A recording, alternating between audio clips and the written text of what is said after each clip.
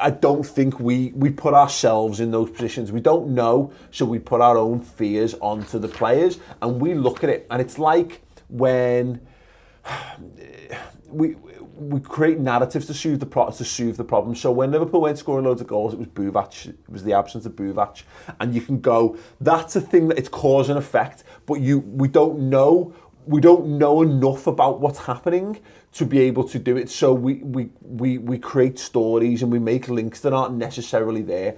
So we look at it and we look at those two draws and we say it's Liverpool players who are bottling it, or it's a weak mentality, or they're letting the pressure get to them.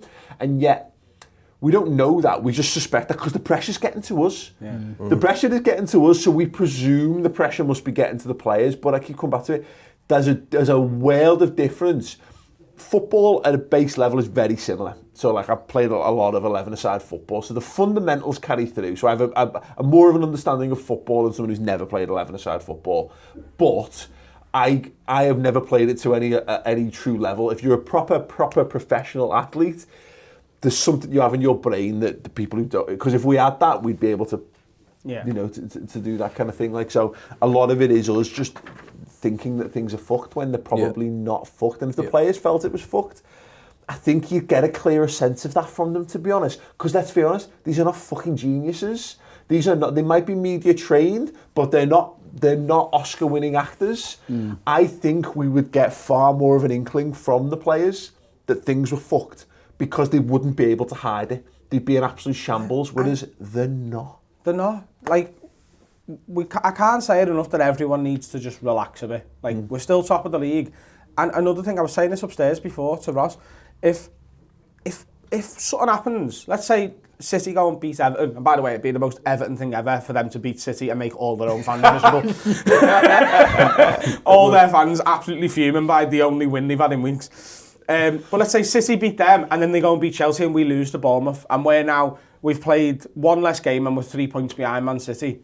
We're 3 points behind Man City, and there's still 12 games to go. It's a mentality that the league is getting won and lost every single week. And it's not. And it's not because there's 13 games left to be played, but also, if it's being won and lost every week, we are 3 points clear at the top of the Premier League. If it was won this week, it's won this week.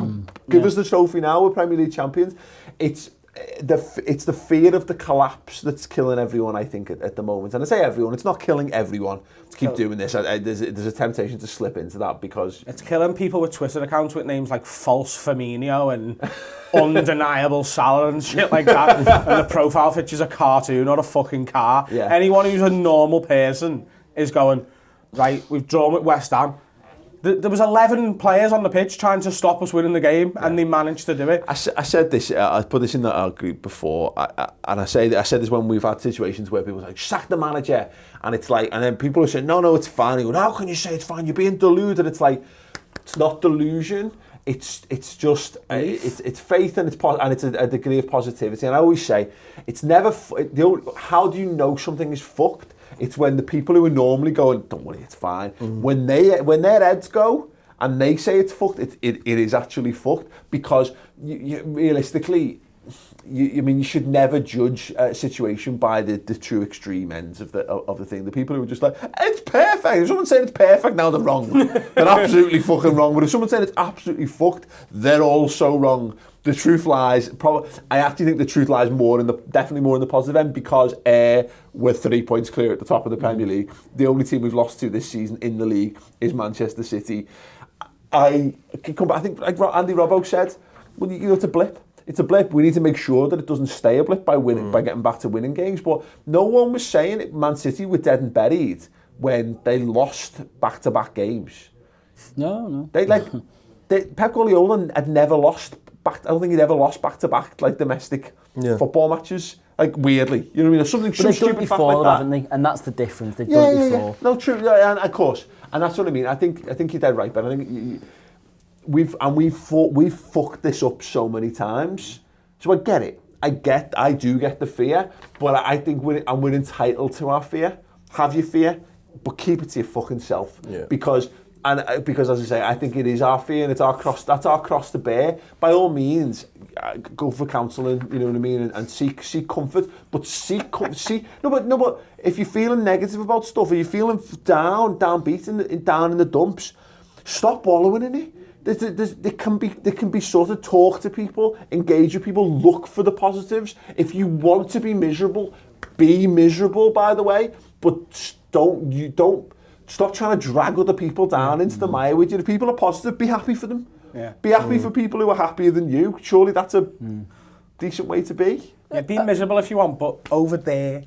Yeah, but if you want to stay miserable, go the fuck away. I'm not saying you don't get to support Liverpool. Of course, you can support Liverpool. It's got no impact on that. But if you want to feel better about it, then come out and engage with Liverpool fans. Having a go at other Liverpool fans is not the solution to the problem here. No. That's just going to harbour an horrendous atmosphere around the football club. We need to get back to being back in it together. But understand, if you're sat in your little cave at the moment and you're feeling dead downbeat about it and you can't understand why people are upbeat, that's on you. There is something wrong with you there, because we have not been top of the league in yonks, and we are. And as much as you're trying to plot a line of best fit at the moment, and you may be thinking this is where it dips down, there's still no evidence. There's no body of evidence to suggest we're about to fucking plummet here. the line of our graph of progression this season still suggests that we're going to continue up on this upward trajectory. That's facts. If you think it's all fucked, that's not based in facts. That's based in fear. And I can't do anything for you other than offer people crumbs of comfort and stuff in that regard. Brown Ninja 777, absolute winner of a comment here on the Instant Match Reaction. He said, did anyone actually think it would be easy?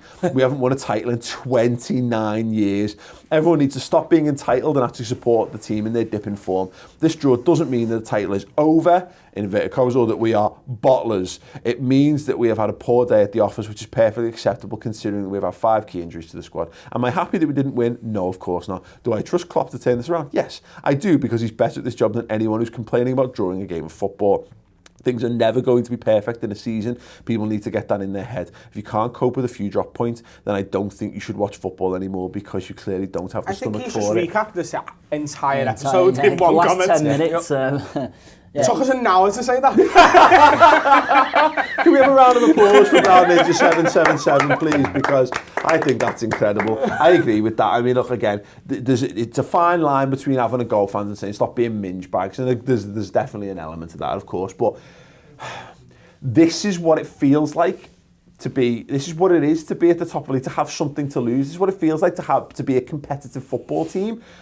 If you want Liverpool to, I think people want us to be perfect, and that's fine, by the way. There's nothing wrong with us saying we failed to capitalise opportunity. I wish Liverpool had done better. We all do. Everyone wants Liverpool to win every game of football. That should go without saying. But as long as we are in the race, as long as we are close and we are in it, that's still an incredibly good thing for Liverpool. It's just that we have to get a little bit better at not getting fucking super hyped up when it's going dead well for us. So at the same time, not being crashed down dead in the dumps when it's not quite going in our way. We need to just level our emotions out a little bit. And I know that's hard, because Ben said it dead right. Man City have won it before, and we haven't won it in fucking 29 years. Yeah. We have got a history of fucking it up. Steven Gerrard falling over against Chelsea has zero impact on what happens this season, by the way. They are mutually exclusive events. That was my next point. The commentators last night made a comment early on saying, Liverpool have slipped up in league titles. I don't think they used that phrase, but we haven't. This team hasn't. This team is a different. The football club hasn't won the league for 29 years. This team hasn't not won a league title for 29 years. Who's even in that squad? What? Jordan Henderson. Mignolet? Well, yeah, but Mignolet isn't involved. So Jordan Henderson, Sturridge. So this team it's a different spine. It's a different. everything. Jordan Henderson is a completely different player to the player he was in 2014. You can't, just because he's got the same name. To be fair. Just because he's got the same name as face. And to be fair, he wasn't even does a different involved job, in though, the bad part. That's it. It was, but this is the point, isn't it? They are mutually exclusive events. 08, 09 has no bearing. And once again, in neither, in those seasons, we were nowhere near as good as we've been this year. And we're talking about keeping the faith, and we're talking about all these things. We're talking about all these negative things around Liverpool from our position on top of the Premier League. And now, this is where we're at. City are going to go and smash Everton everywhere. They are, because Everton is shit, and Man City are dead good. But you're dead right. Like Jordan Pickford saving a last-minute penalty, to give Everton a point or a win or something would be the most Everton thing ever. So don't discount that, by the way. I don't think City are going to be 7. Okay, sad. But I don't. But whatever. The point is, there's going to be pressure on us. If we're going to win the league, the pressure's going to come in all sorts of different ways, and we're going to have to pass all sorts of different tests. So people going, Man City are going ahead. They are going ahead, but they're not. They're going ahead the way that we went ahead in 08, 09. And people thought we threw the league away, but there wasn't times where we were clear. We were top briefly at Christmas and all that, but it was always a game in hand situation. The league was always Man United's to lose, and it is ours to lose. Fine, but it's better for it to be ours to lose than us praying that Man City lose games in order for us to get back ahead of them. So City are going to drop points between now and the end of the season. I think that Everton are going to get a point, and I know that seems mental based on every bit of evidence, but can I advise everyone, though, don't watch that game of football.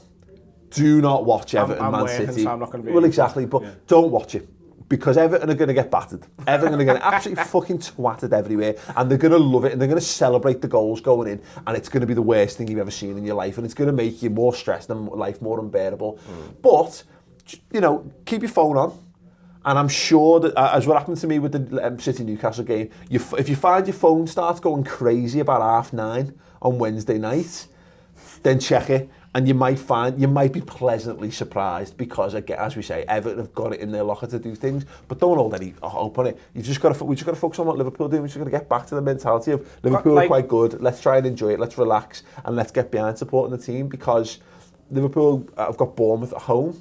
Yeah. If you told me in any we've lost context because we had this opportunity to go 10 points, and we've blown that. It's this notion that everything's fucked. When if you told me at any point prior to January that a win over Bournemouth at home would put you 3 points clear at the top of the Premier League over Manchester City, I'd be jizzing in my pants over that. Bournemouth is a good game for us, isn't it? Let's get back to that mentality. Let's not worry about what could have been, only what is. And what can be.